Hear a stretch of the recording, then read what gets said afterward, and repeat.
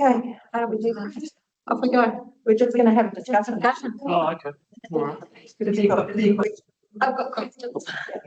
I'll do a wee intro, maybe. Yeah. You know, I did prepare some words to say. Now, I'm not going to run through the presentation, but my name's Ryan Clements. I'm Chief Information Officer here at Queensland Lakes Council, and I'm going to here to talk about artificial intelligence, not in the abstract Silicon Valley way, in the practical how QLDC are using it right now, what it means for QLDC, and how we do it safely. This is a conversation about a shift that's already underway. Our organisation and across local government New Zealand is already using it, and by the end of the session we want to have a shared understanding of where we're at, what the opportunities look like, and what the governance is required to do to move forward safely. Yes, you've seen the presentation, and it was deliberately full of information, so you could look at the presentation and understand what I was going to talk about rather than just the talking points. So happy to go through any particular slides and elaborate or take questions. Yeah, thank you. Yes. So one thing I'm thinking about is 3 years ago when we didn't have chatbots and AI. I don't know if our resource and staffing has changed to reflect us adopting AI as a chatbot, for example. Who is our in-house expert? Obviously, we've got you, but I mean, have we grown the resource to manage this new tool? And who trains the AI and all that sort of stuff? Because it's quite fundamental to introducing this into the council. Maybe I can start with an observation. Probably 3 or 4 years ago, you know, Ryan would come into my office and he would lament the lack of IT literacy in this organisation. And, you know, we talked a lot about how we could move that. Now we have, you know, it is self-perpetuating. So that literacy not only exists, but it's created this wave of staff who want more and more and more. So it's a massive change, but Ryan. Yeah, I think it's becoming part of everyone's role. So I don't think anyone in staff is saying, I don't need to know about this. I think the IT team can do this for us. That's not the attitude. And there's a real desire to use it. And one of the slides is around shadow IT and just how much it's being used. It's being used by everyone. Yeah, of course.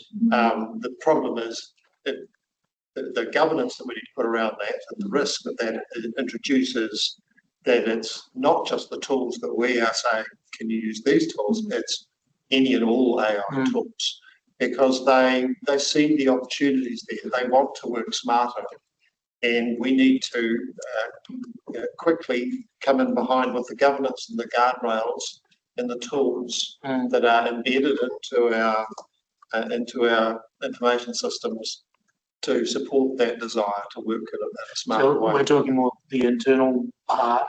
So we've got two pieces, I guess, internal and external. Yeah. So, you know, training the chatbot, for example. Yeah. I assume that's a job that wasn't there 3 years ago. Yeah, that's right. Yeah, and there's a lot of tasks that are being replaced in jobs by AI. Yeah. I'm not heavily involved in the SCINC training, but what we know is that almost all AI is leveraging the frontier models. So I think and the frontier models are the ChatGPT, the Claude, the Gemini. So, you know, the big ones, the ones that make all the news, the ones that are losing billions of dollars too, by the way. So they're the ones that are doing the training. They've done the training of the entire internet and more. And then what our job is to give it the local context. So, and I think I mentioned in the paper a couple of times that it needs to be deterministic. And so the generative AI, just if you aren't careful with its prompting, it's probabilistic. So it'll give you the most probable answer. Yeah. So it probably will be right. And that's not good enough for local government to be probably right. So what we need to do when we're adopting these tools, and this is internally and external focused, is to make it deterministic. And that's by very careful prompting and saying, this is the material that you can reference when you are informing an officer or a member of the public about this thing. Don't go and make up case law. Don't go and pretend that we pick up rubbish on a Saturday because you're wanting to please your human. It needs to be deterministic and correct. And so, some of hopefully what came through here is that the many AI tools out there, and there's thousands of them now. Many of them are referencing the frontier models, but the free ones are probabilistic. They're amazing, but they're not always right. So you need to take those tools, embed them into a business process. It might become generative AI, so it actually does something for you. But even if it might be agentic AI, sorry. So an AI agent, so it has agency and does some things for you. You always need the human eyes at the end. We have a zero trust model. And it is deterministic by us pointing it at our sources of truth so that we are using it in a as risk-free manner as possible. So this local government is talking about AI hallucination, which is actually a thing, probably know that. But now they're talking about use cases and scaling, and actually, to Ryan's point, training effectively the AI that we do bring into the organisation, and we would local government is massively signing up to this, and I think you've talked about some of the different ways it's already being utilised. But they are, I was just in a workshop around this, Algon workshop, where they were talking about, this is because I'm not sure if this is going to be a question for you, but they're talking about, it's about augmentation, not workforce replacement. So, and a good example is the Corey example I often use, but if I talk to Corey and Ryan's team, he said to me, I'm now doing in a matter of hours what used to take me a week. He's just constantly utilising AI. But what that has done is freed him up to start to do all of the other pieces of work. And so it's making him super productive.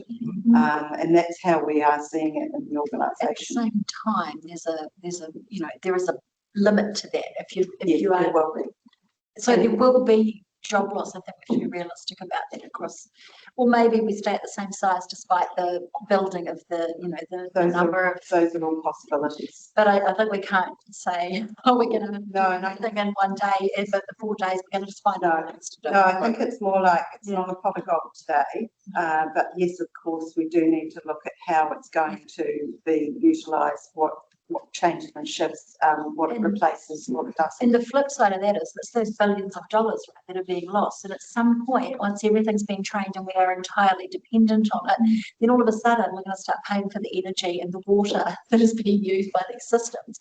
And if we're dependent, then we've got a problem. So it's kind of, to me, that's a massive risk that needs to be got to have the humans in the loop. Because if it's too expensive, we have to go, actually, it's much better to have a human do it anyway. So I don't know how you manage that. It is worth bearing in mind that Corey writes code, primarily he's a developer, and AI, one of the first things that they wanted AI to do really well was write code, and they really have achieved that. Now, writing code is very logical, and so AI is very good at that. Not everyone's role is logical, and so therefore you could never say that all staff, they'll be able to do what they can in days and minutes. It really does depend on the nature of the role, but it really does free people from that burden of being bombarded by information, not being able to see the wood for the trees because there's so many documents, so many emails, so many research papers. It's great for that sort of thing. And from what we're seeing now, it's about 2 to 5 hours per knowledge worker just by using Copilot. Yeah. Because it's not doing work on our behalf, it's filtering, it's allowing us to kind of see trends and things. Yeah. We still have to do all of the other work that a knowledge worker does. But, if we have 100 licenses of Copilot, that's saving people, 5 hours a week, that's 500 hours a week that they can do something to add more value. But how do we not become dependent on it? I'm just interested in that question. I mean, maybe we have to, but I am interested in that. How does a carpenter not become dependent on a hammer?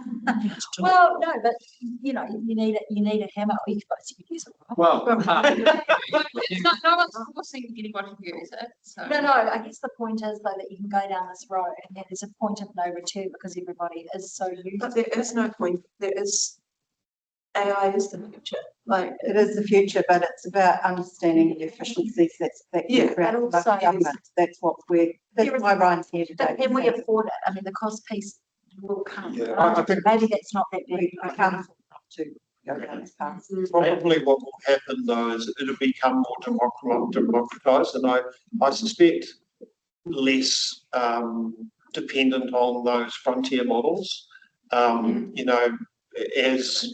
Whilst LLMs take an enormous amount of training, the LLMs themselves aren't enormous and they can live locally and other people can create new LLMs.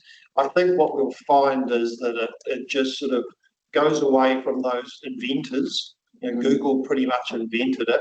They came up with the term pre-trained transformer, which ChatGPT stole and put in there. But the inventors, like any technology you invent, they reap the rewards for a while, but then it gets democratized and then it'll be everywhere. And I think it'll be less expensive, just like steam trains, printing press, But we're etc. kind of assuming endless water and endless energy, and I don't need to go down into that, but there is not endless water and endless energy. So, but I think that the cost is the same as the meta model, where you get a free platform, you can use it for free if you want to. If you want to advertise it, it's going to cost you a fortune. And that's where they'll probably end up going.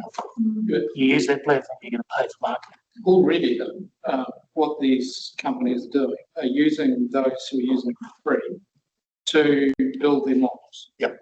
And they're already charging some big customers, particularly governments in Europe and North America, huge money. So although their free platforms are losing money, their pay-to-play platforms are making a profit. So that's where is local government going to sit? Are we going to be at that essentially they're using our IP to build and our knowledge as councillors, members and staff to fill that knowledge base that they then on sell. Are they going to sell it back to us?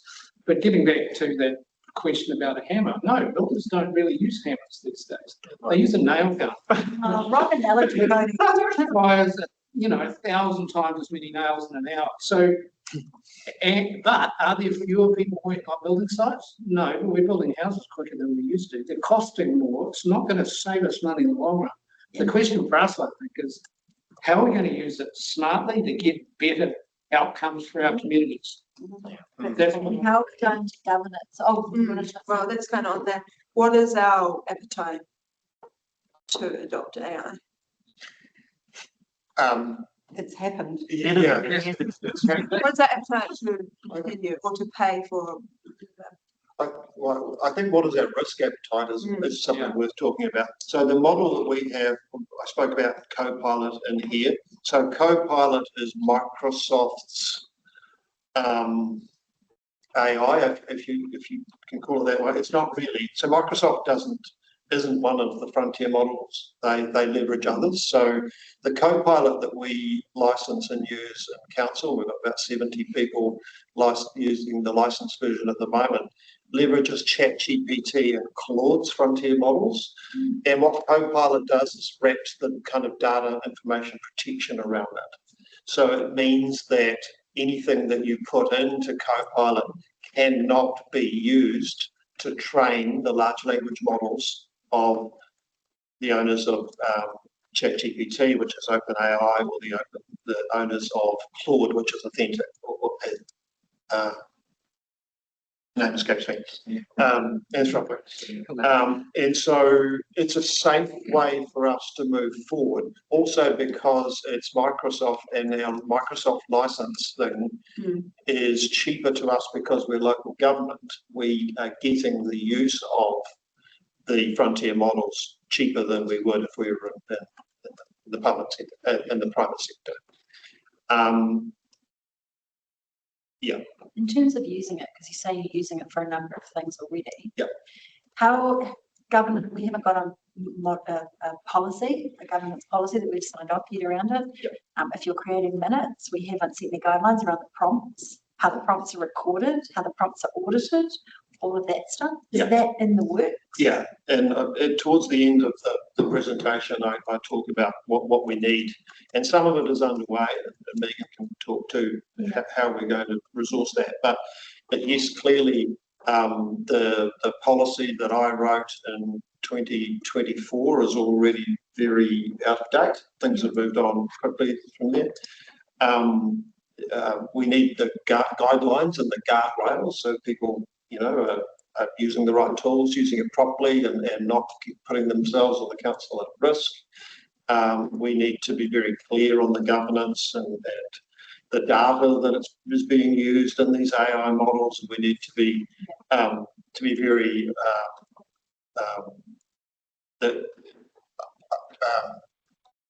transparent about what tools we're using and what parts of decisions could be using AI agents in council's operations. Yeah. All of those things would need to be done before we start to adopt because it's already being used. I guess my concern is, at the moment, let's imagine you have a transcription from the meeting and you go chuck it into AI and go give me the minutes. But you could also go, just remove any concerns or remove anything critical or, those, and then out pop your minutes. And how do we make sure right now that we're not, being asked to approve minutes generated by AI that have been bent, just subtly in one way or another, whether intentionally or unintentionally, or so how do we... These are minutes for internal meetings, not council meetings. I'm assuming we might get to that point though, because it's a heck of a lot of work to go through. Yeah. So I wonder, if someone was just writing minutes, you could exactly. There's no problem. So I don't see how. No, it's going to be good. It's going to be good because we'll be able to govern the prompts, audit the prompts, make sure that I think objectivity is probably, it's going to be fast, it's going to be more objective, probably. And certainly you would want to, having humans agree that the minutes were accurate. It's just in a formal meeting, of course. At the moment, most meetings that happen internally aren't minuted, and therefore, people, not being able to go back to refer to decisions or what was that point that was made. This is just the team meetings that we have, daily. It's quite efficient to be able to have that there, and also your AI to be able to refer to that. So you can use AI.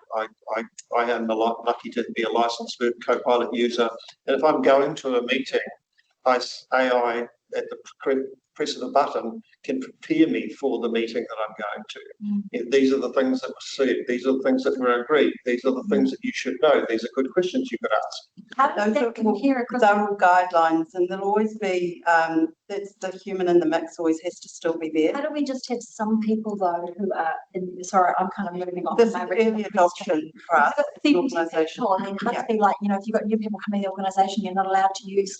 No, not at all. This is a pilot, so we're moving. We're moving from pilot. We had to do a pilot because we had to really understand: does it offer any value? Does it introduce any risks? Because when you have an AI tool which has access to information in email, OneDrive, Teams, if you don't have your data security and access controls right, then you could be exposing staff to data that they shouldn't really be party to. And so we needed to do a pilot to understand whether that was happening or not. Yeah, okay. And in parallel, we mentioned that Dan Crosby is back on board. One of his first strategic projects is actually developing a new AI policy for the organisation. But I guess I just reiterate, we're not, I mean, today was about demonstrating that we do have strong awareness of this. We're local government, we're looking at what local government is doing in this space, and it's just happening on a day-to-day basis. As I said, the Alchem presentation I heard were two people who have evolved, it's their job now to create AI use in big organisations, but at the end of the day, it still remains a tool, and it's very much an operational thing. But I think that you will want to see how we apply it and have that government scrutiny over our AI policy, and also you'll want some assurance that we're optimising this technology. And that's about cost, value, and that's what you're all about, right? So that's really, today's just an introduction to say, hello, we understand AI, we are actually embedding it, we are working on a pilot, and we know what needs to get wrapped around that. So hopefully that's the takeout from today. You're creating a policy. I'm just curious. Give me the AI version of the AI policy. In other words, what are the things that pop in your head that would need to be in that policy? What are just the top points of what needs to be in the AI policy? And I think Nikki's touched on some of them. I mean, there needs to be some quite good guidelines in terms of best practice and appropriate use. It's that kind of thing. Do you have any? Yeah, zero trust. So nothing goes out that was created by an AI without a human to review it. Yeah. There'd be ethics, and you'd have to make sure that there wasn't bias creeping into the AI tool. So those are the types of things that you would have in a policy. This is being legal restrictions, like certain things have to be copyrighted, or this is generated partially by AI, or there may be some patent issues here. There may be. All of that needs to be explored, to be honest. And legal's a good example of where we need to be really, really locked down in terms of utilisation there. But I've lost my train of thought now. It's certainly very good practice to state if AI was used in the development of anything. We encourage that internally, to not pretend that it's not being used. I remember what I was going to say. I mean, a lot of people say they know when they're reading something that's been generated by AI, and I feel like I'm in that space because it feels incredibly vanilla to me, and I think it's okay. I want staff to use AI where it's going to actually just create an efficiency, like, looking at all the submissions that come in from the AP and working that out and giving us a great data set around, what, when, who, etc. But then I actually want staff to still be able to innovate and still be able to use their initiative. And I want them to be able to think about what's in front of them. So none of that goes away, and I don't want to name a function in council because it becomes an employment issue, but there are functions in council, as you've alluded to, that we do need to look at, because already there are processes that are being introduced to local government that do create efficiencies in terms of workload. So I wouldn't want to go any further than that in this discussion. That will be part of our future QLDC future review. I think the report was really well written. It's not what I expected it to be, but it's quite holistic and talks to sort of the ancillary parts as well as the direction, which is good to read. There was some offhand conversation previously around picking up on trends and elements like if you implement Scout, going, what are the most frequently asked questions? And then starting the day like that, then putting that in a different part of the website and going, this is what people ask most about, using it for that to really start getting back to the problems that people care about, or at least, helping shape our thinking around the narrative, because it's almost like a trusted person when people feel comfortable to, navigate and talk to, then we can get better insight from a civics point of view. I think there's a huge opportunity to leverage this into more citizenship roles, because for so long that barrier to engagement has prohibited a lot of people from sort of getting involved, and this brings it down and caters it to however level of understanding, language, accessibility, and the other stuff. The main thing from now, I guess, is like the key milestones for you, because I see a lot of the sentiment throughout the organisation internally, but there's also a huge opportunity externally. What the next steps are, obviously policy and strategy to come through, but there is other products and opportunities and ways that we can leverage this to really solve some real issues. I mean, maybe one thing we could do is to add into the EM's team's report is wins, AI wins, for example, and we could certainly report back on the progress of the policy and answer a few of those more detailed questions. Yeah, and if you read the favourite team's report,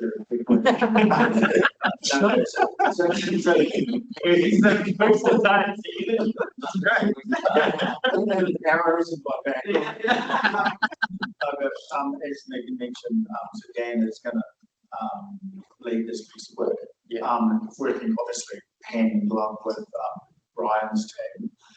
But so we'll actually start reporting some milestones and not just the policy, but where there are those tangible steps that we need to take to enable us, but also as we start to identify particular potential processes that may be candidates for AI automation, but certain areas of consultant spend that might actually be able to be eliminated. So absolutely get rid of Well, it's great to daylight with us when it's early, not just because it's an exciting thing, but I feel like it helps give a sense of momentum, and we can also feedback in terms of where the interests and attitude is around what is going to be helpful. So it's interesting working in the university context for my day job and seeing how, particularly at Massey University, we're now, unlike some other universities in New Zealand, still have a blanket ban against use of AI, particularly in academic students do. But Massey's approach is more open to that and is able to be learned from, because statements have to be included in any research publication that says how AI was used, if it was at all, and what you learn from doing so. So that can become a learning process itself. Those who are just saying no, people are finding ways around that and just being really discreet about it. It's interesting looking at some of the reports today, which are really good reports, but many of them have got typos in that, or that might be an artifact of them running it through AI. I don't know, but there's stuff that we could probably do better. That's just fundamental stuff. Interestingly enough, if we put them through AI to check for the typos in the grammar, we might not find it. I know, but they'll throw some worse ones in there. Yeah, okay, so, but it can be a learning experience along the way. You can prompt AI to make mistakes. It's human. It would be useful to have an ability for councillors to use Copilot within the system, so that if there are PX documents that we wanted to run through and compare with something or whatever, then we would be able to do that, because I know if staff are doing it. Have to think about that. Yeah, it would be useful for councillors as well. I think that's kind of important. Otherwise, it definitely prevents the risk of someone taking it outside and doing it, by mistake. If we can do it internally. Well, that's part of the pilot, right, is working through the tension between confidential and a lot of our documentation is highly confidential. So it's, we'd have to work that through. It just means otherwise governance is at a bit of a disadvantage, because we can't use an AI system on many of the documents. So I have asked the team to explore if there's any reason why that couldn't happen, and I'm not hearing any reasons at the moment that would prevent them getting licenses. It's a conversation we're having as an EIT. Yeah, that's great. I think there's a few lenses that we should look at AI through, and One of them is just the incremental productivity gains, and that's the ones where it's kind of difficult to say, you know, is it 1 minute or 10 minutes you saved, or you know, did you get a better art, you know, did you go to that meeting better prepared? They're the sort of incremental ones that all staff members, I think, should you know, get the opportunities to gain from. Yeah. That's kind of different, and people can self-learn and self-taught and teach themselves. And we're looking at options to put generative AI lessons on our learning management system, so that all staff can feel like they're involved, they're not being left behind, they're not fearful of it, they know when they can use it. Then there is kind of AI embedded into your line of business systems, like into your enterprise system or your enterprise level AI. And that's quite different. That can be transformative, but that has to be managed as a project, you know, really well thought through, the risks understood. We might need external experts.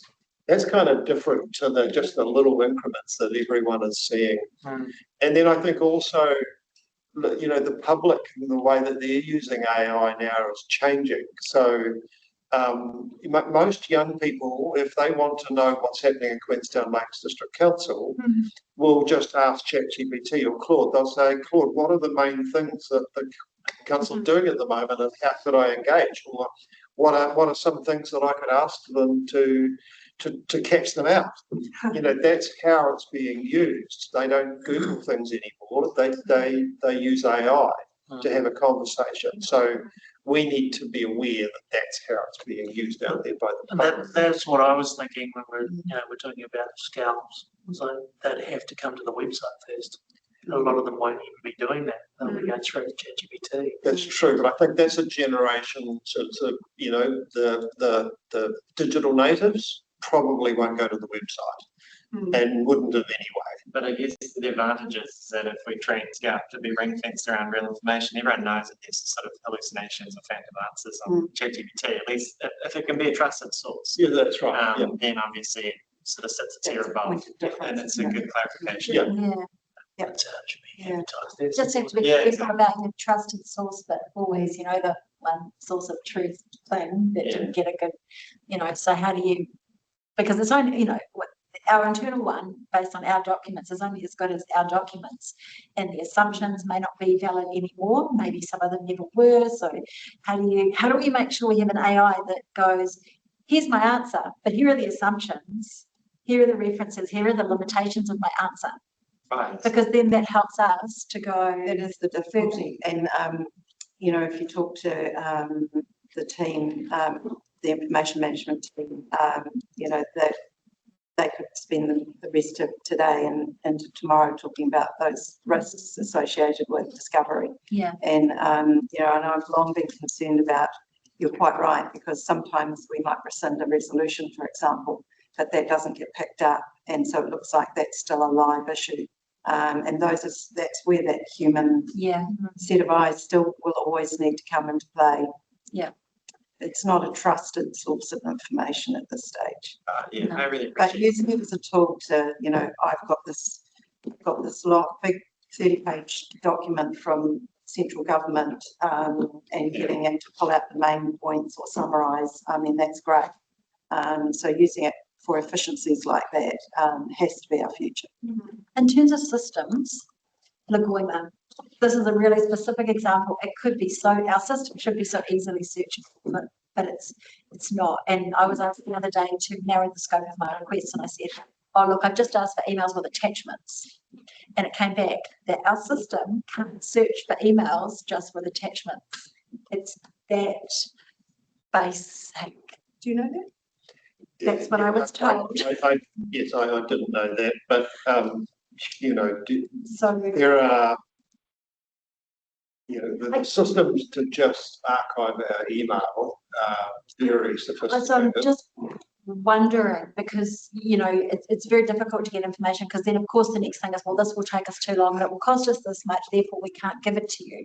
And I've had so many of those, whereas there must be a way with AI of making our everything searchable. Potentially. Yeah. We're not Yeah. there yet, but No, I know, but if we're going to pick a project that can help with transparency and governance and everyone in the organisation being able to Save a access lot of time. information, save so much time, save so much angst, I reckon that would be game changing. You just spend your whole time on it. It is a candidate. It's one of the ones that I mentioned in my list. Yeah. But, emails live in an archive. We have 6 million documents in our document management system. Yeah. We have information in the line of business systems. It's not as easy as just point AI at it and the result will be good. Yeah, I don't know how you do it, but I just think, I think start now. I think document discovery will be something that someone else will actually do ahead of us, because it applies to all of local government, it applies to all of central government, and all of. Or they won't. I mean, we could lead the way. No, they will if it creates efficiencies. It's a And also, no-brainer. yeah. It's a search no-brainer. If you search our email system using another application, you can find all. I find all the attachments on here, Yeah. but I can't, the documents that have gone between a staff member and a contractor that have attachments, You can. that can't be searched for. Apparently, according to one of our staff members, Yeah, but my request was system- rejected. sure, the system can't, but other systems can see into it already. Huh? All right, I'm just going to press pause on this because Yeah, it's yeah. not actually related to this. Have you got what you wanted from us, or does everyone feel like they've had their questions answered? Yeah, no, that's fine. Well, it's going to be more More exposure to Watch this Ryan space. and to this subject, but it was just the beginning of the conversation today. Great. Thanks, Ryan. Thanks, Matt, Brian.